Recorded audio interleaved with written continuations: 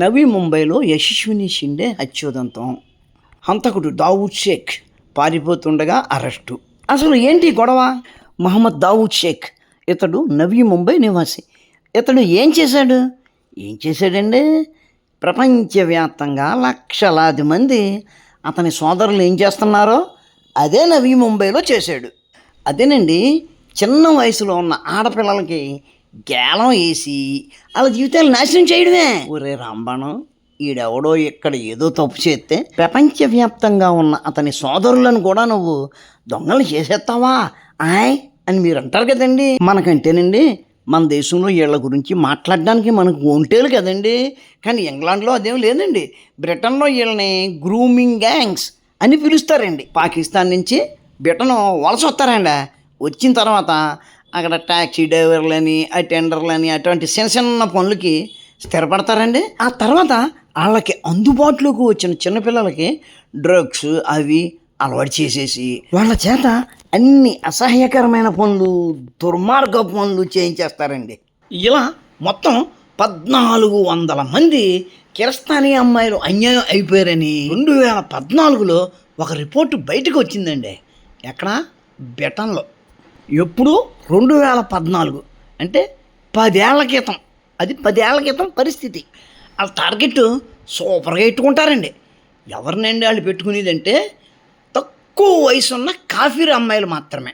ఈ నవీ ముంబైకి చెందిన మహమ్మద్ దావూద్ షేక్ రిక్షా డ్రైవర్గా యువతులు ఎక్కడ ఎక్కువ నివసిస్తున్నారో తెలుసుకుంటాడు. ఆడి పనే అది.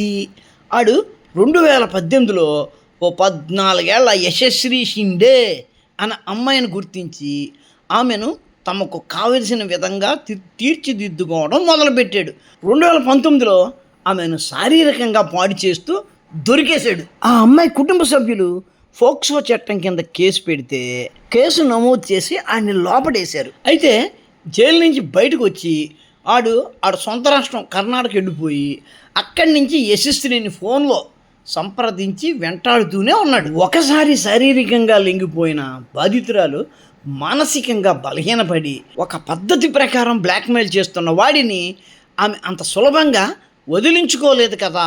బహుశా ఆ బ్లాక్మెయిల్ వల్లే ఏమో ఆ అమ్మాయి కూడా వాడితో ఫోన్లో టచ్లోనే ఉంది.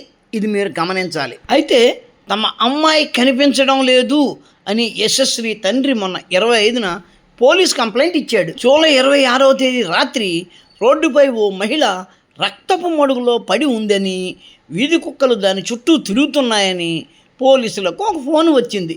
ఘటనా స్థలికి చేరుకున్న పోలీసులు మృతదేహాన్ని స్వాధీనం చేసేసుకున్నారు. ఆ మృతదేహం యశస్విదేనండి. నడుం మీద మరియు వీపు మీద 3 కత్తిపోట్లున్నాయి. ప్రైవేటు భాగాలపై అనేక గాయాలు ఉన్నాయి అని TV9 నివేదిక చెప్పింది. ఆమె ఎముకలు ఇరిగిపోగా కడుపు, వీపుపై కత్తిపోట్లు కనిపించాయని, ఆమె ఛాతీపై కూడా పలు గాయాల గుర్తులు కనిపించాయని, గుర్తించలేని విధంగా బండరాయితో ఆమె ముఖాన్ని ధ్వంసం చేశారని, ఆమె దారుణంగా రేపుకు గురైందని మీడియా చెప్పింది. ఏం చేసినా ఆడేమైనా తక్కువడా? జాగ్రత్తగా కర్ణాటక పారిపోవడానికి ప్రయత్నిస్తూ దొరికేశాడు. అదండి కథ. మరి ఈ కథలో నీతి ఏంటో చెప్పండి. లవ్ జిహాద్ అనేది అసలు ఉనికిలో లేదు. సమాజంలో ద్వేషం పెంచడానికి హిందూ మతోన్మాదులు చెబుతున్న కట్టుకథలు ఇవన్నీ. అసలు ఇటువంటివన్నీ ఎందుకు జరుగుతున్నాయంటే హిందూ అమ్మాయిల వస్త్రధారణ వల్లే జరుగుతున్నాయి. తప్పు ఎవరిది అంటే అటువంటి వస్త్రధారణలు చేస్తున్న అమ్మాయిలది, హిందూ అమ్మాయిలది, ఆమె తల్లిదండ్రులది. చిన్నపిల్లలను ఇలా పాడు చేయడానికి మతానికి సంబంధం లేదు. అసలు హిందూ అమ్మాయిలకు బుద్ధి లేదు కాబట్టి ఇలా జరుగుతుంది.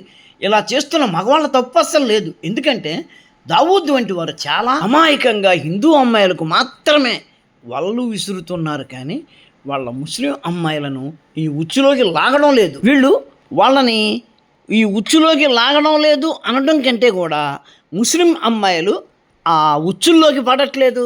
కేవలం మూర్ఖులైన హిందూ అమ్మాయిలు మాత్రమే ఆ ఉచ్చులో పడుతున్నారు. కాబట్టి ఇక్కడ ఈ దావూద్ షేక్ తప్పే ఉంది, ఏమీ లేదు. వాళ్ళ ఉచ్చుల్లో పడుతున్న హిందూ అమ్మాయిలదే తప్పంతా.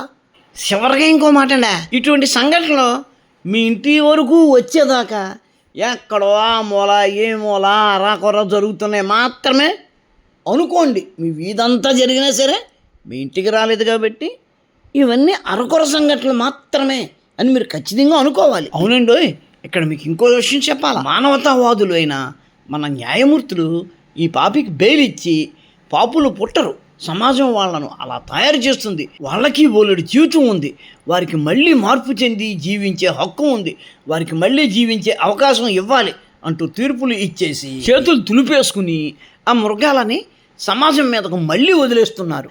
అలవాటైపోయిన పేనాలు బయటకు వచ్చిన తర్వాత కాళ్ళు చేతులు ఖాళీగా ఉంటాయని మళ్ళీ ఇంకో యశస్వి కోసం ఎక్కడో దగ్గర వెతుక్కుంటూ ఉంటారు. ఆ యశస్వి ఈ వీడియో చూస్తున్న మీ ఇంట్లో ఉండొచ్చు, లేకపోతే ఆ బెయిల్ ఇచ్చిన జడ్జి గారి ఇంట్లో కూడా ఉండొచ్చు. ఎలా అంటున్నాను అని ఏమీ అనుకోకండి. మన ఇంట్లో 6-7 సంవత్సరాల వయసున్న ఆడపిల్లలు ఉన్నా సరే వారి మంచి చెడ్డలు మనం చాలా జాగ్రత్తగా చూసుకోవాలి. మిత్రులారా, ఈ విషయంలో కొన్ని వీడియోలు అవి నా దగ్గరకు వచ్చినాయి, కానీ అటువంటి చూపిస్తూ ఉంటే గనక యూట్యూబ్ ఓ టెంకి చెల్ల కొడుతుంది. కాబట్టి అవి కాకుండా వేరే ఇతర అంశాల వీడియోలు మీకు చూపించాను. ఈ వీడియో మీకు నచ్చితే వెంటనే లైక్ చేయండి, షేర్ చేయండి, మీ కామెంట్ పెట్టండి. మన ఛానల్ని ఇంకా సబ్స్క్రైబ్ చేసి ఉండకపోతే వెంటనే సబ్స్క్రైబ్ చేయండి. ఉంటాను. నమస్కారం. మతోన్మాదంపై రాంబాణం.